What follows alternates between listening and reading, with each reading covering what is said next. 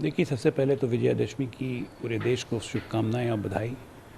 आज प्रभु श्री राम ने शत्रुओं पर विजय पाई थी और बुराई का अंत हुआ था और सच्चाई की जीत हुई थी। इसी संकल्प के साथ प्रधानमंत्री जी ने आज देश को 10 संकल्प दिलाए हैं। ये 10 संकल्प अगर देश ले और देश का हर व्यक्ति ठान ले तो इस देश की सूरत और सीरत बदलने में ज़्यादा समय नहीं लगेगा और विकसित राष्ट्र बनते हुए भी हमें समय नहीं लगेगा।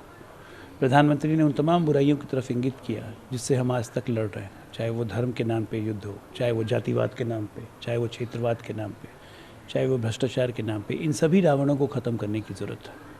और इसी संकल्प के साथ आज प्रधानमंत्री ने जो संबोधन किया वो निश्चित तौर पे देश उसी दिशा में आगे बढ़ेगा, ऐसा मेरा यकीन है। जिस तरह से प्रधानमंत्री को लेकर बात की, शस्त्र पूजा की बात की, इन सब चीज़ों का छोटी छोटी चीज़ों को लेकर बात। देखिए, अपनी सांस्कृतिक विरासत और अपनी वैज्ञानिक क्षमता दोनों हमारे लिए बहुत ज़रूरी है आज की तारीख में। अगर हम शस्त्र पूजा की बात करते हैं तो वो हमारी सांस्कृतिक विरासत को झलकता है।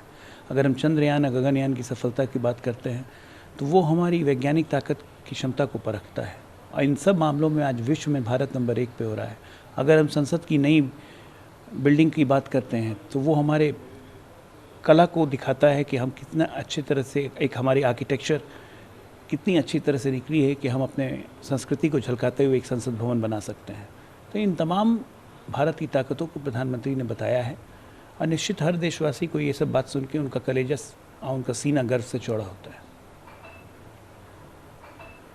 बीते 2 दिन से राजधानी दिल्ली में सर वायु प्रदूषण का स्तर काफ़ी ज़्यादा बढ़ गया है। AQ लेवल 300 से ऊपर है, तो 300 के बेहद नज़दीक है। इस बीच जो गोपाल राय दिल्ली सरकार के पर्यावरण मंत्री ने कहा 91 जगह चिन्हित की गई हैं जहाँ ट्रैफिक जाम की वजह से प्रदूषण ज़्यादा हो रहा है।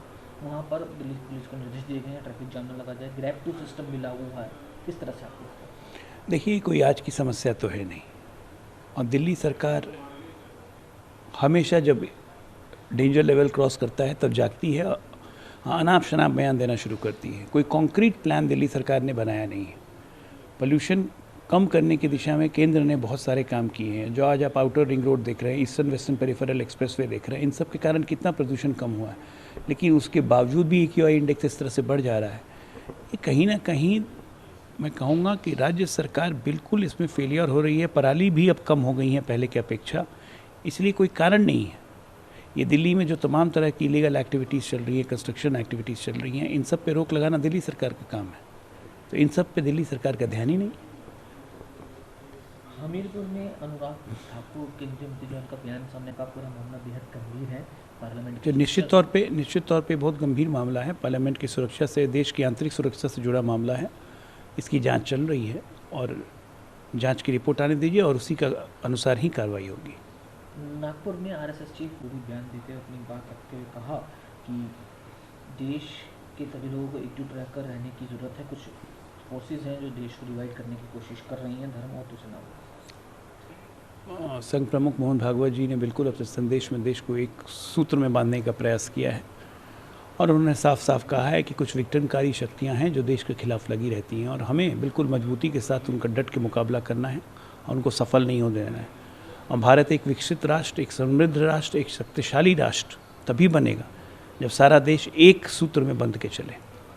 Mohan Bhagwat describes Marxism as selfish, discriminatory and deceitful forces seeking sectarian interest by taking control of the media and academia and plunging into nation into confusion, chaos, corruption.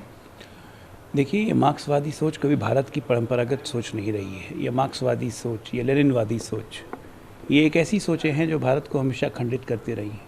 ये तुष्टीकरण की सोच, ये सब जितनी सोचें हैं ये भारत को सिर्फ कमज़ोर करने के लिए ही बनी हुई हैं और इनसे अब किनारा करने का समय आ गया है। और वैसे भी पूरे विश्व में इनका पतन हो रहा है तो भारत में इनको जगह क्यों मिले। शिवसेना के नेता हैं संजय राउत, राज्यसभा सांसद में जितने विपक्ष के नेता एकजुट हुए हैं वो अलग अलग सोच के ज़रूर है, लेकिन उनका उद्देश्य एक है कि प्रधानमंत्री नरेंद्र मोदी और मोहन भागवत की जो सोच है उससे देश को बताया जाए और देश की डेमोक्रेसी और कॉन्स्टिट्यूशन को सुरक्षित किया जाए, सेव किया जाए। संजय राउत का ये बयान आज बाला साहेब ठाकरे की आत्मा को कष्ट पहुंचा रहा होगा जब उन्होंने RSS के बारे में ऐसी बात कही है। प्रधानमंत्री मोदी से राजनीतिक विरोध की बात तो समझी जा सकती है, लेकिन आरएसएस के बारे में उनकी ये सोच बाला साहब की उस सोच के विपरीत है। खैर वैसे भी और बाला साहब की सोच के साथ संजय राउत या उद्धव ठाकरे हैं कहाँ पे? उन्होंने तो कंप्लीट यू टर्न मार चुके हैं वो लोग।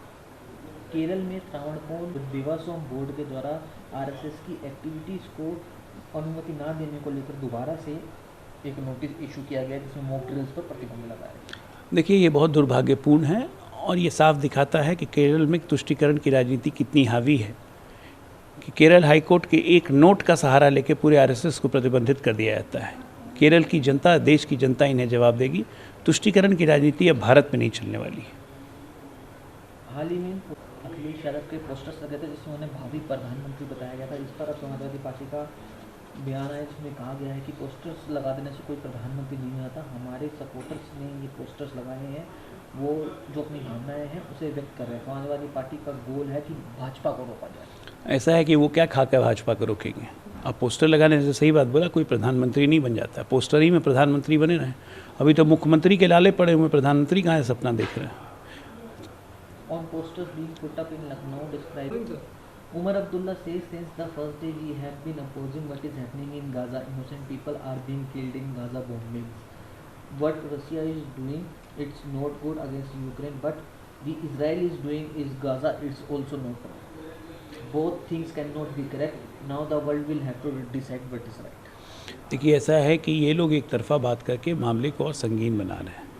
गाज़ा पे उनको चिंता करने की ज़रूरत नहीं है क्योंकि प्रधानमंत्री जी फ़िलिस्तीन के राष्ट्रपति से ही बात कर चुके हैं और प्रधानमंत्री जी अरब के कई देश के राष्ट्राध्यक्षों से बात कर चुके हैं, इजराइल से बात कर चुके हैं। और भारत का प्रयास है कि शांति बहाल होनी चाहिए और किसी भी आतंकी घटना का पुरजोर विरोध हम करते हैं, करते थे और करते रहेंगे। और हमारे हिसाब से हर तरह के आतंकवाद को समाप्त कर देना बहुत ज़रूरी है। इजराइल के और हमास पर असदुद्दीन ओवैसी का भी बयान आया जिसमें उन्होंने प्रधानमंत्री मोदी से रिक्वेस्ट की है, कहा है कि इस्टेब्लिश करना चाहिए ह्यूमैनिटेरियन कॉरिडोर गाज़ा के अंदर। इसको लेकर इजराइल पे और हमास के बीच में क्या करना चाहिए नहीं करना चाहिए इसकी चिंता असदुद्दीन ओवैसी को करने की ज़रूरत नहीं है। प्रधानमंत्री जी इसके लिए बहुत सक्षम हैं। हाँ, उन्हें असदुद्दीन ओवैसी जैसे नकारा व्यक्तियों की सलाह की ज़रूरत नहीं है।